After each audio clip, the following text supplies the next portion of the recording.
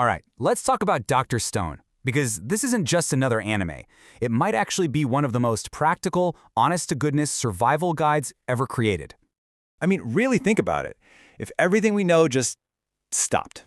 No electricity, no running water, no internet. Just you, in the wild. What would you even do first? Well, that's the exact setup for Dr. Stone. One day, out of nowhere, this bizarre green light flashes across the globe and poof, every single human is instantly turned into a statue. And for the next, 3,700 years, that's it. Humanity is frozen. Nature just completely takes over. Cities crumble, forests grow over everything. Every single human achievement is basically wiped off the map. It's a hard reset back to, well, the Stone Age. But then one person finally breaks free, and it's this guy, Senku Ishigami. Now, he's not some super soldier or a born leader. He's a high school kid who just happens to be an absolute science prodigy. We're talking encyclopedic knowledge of chemistry, physics, you name it. And his goal? It's completely insane. See, he's not just thinking about his next meal.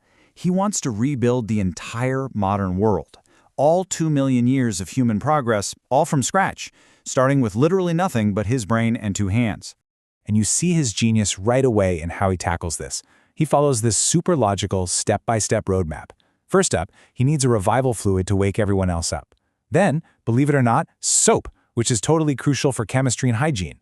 From there, he gets into glassware for his lab. Then, he synthesizes actual life-saving antibiotics, builds a generator to make electricity, and somehow even cobbles together a working cell phone. It's like watching a speedrun of human history. Okay, so you're watching all this, and you gotta be thinking, is this just, fun anime magic, or is there any truth to it? And here's the big twist. This show is grounded in real, verifiable science. The creators went to insane lengths to make sure of it. The superpower in this world isn't magic or fighting spirit, it's the scientific method. What's so cool is the balance they find. I mean, look, of course they speed things up for the story.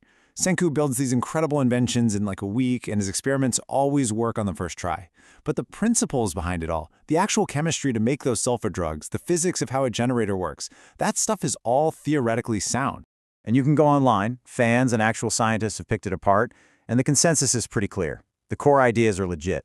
You just, probably couldn't build a cell phone in a few weeks with stuff you found in a cave. The show gives you the what and the why, but it definitely compresses the how. And the proof is in the pudding here. The artist who draws the manga actually has a degree in physics. The chemical processes they show, they're real. And get this, there are actual reports of a university biochemistry class using the show's explanation of how to make penicillin from mold as a visual guide for their students. It's that well researched. So here's what it all boils down to. This isn't just supposed to be entertainment. The producer of the show even said it's meant to be a kind of repository of survival knowledge. It's designed to be educational, to get you curious about the real-world science we all completely take for granted. But okay, let's get real for a second and bring this back to us. Senku is a walking, talking encyclopedia. He's a once-in-a-generation genius. Now, think about the average person.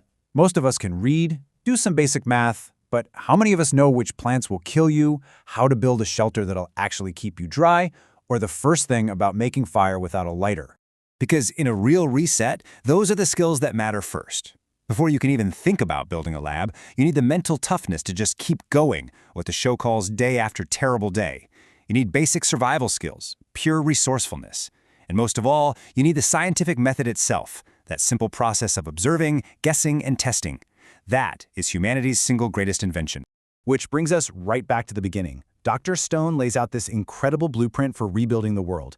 But, having a map and actually being able to make the journey are two very, very different things. So what do you think? With the knowledge you have in your head right now, could you do it? Could you restart it all?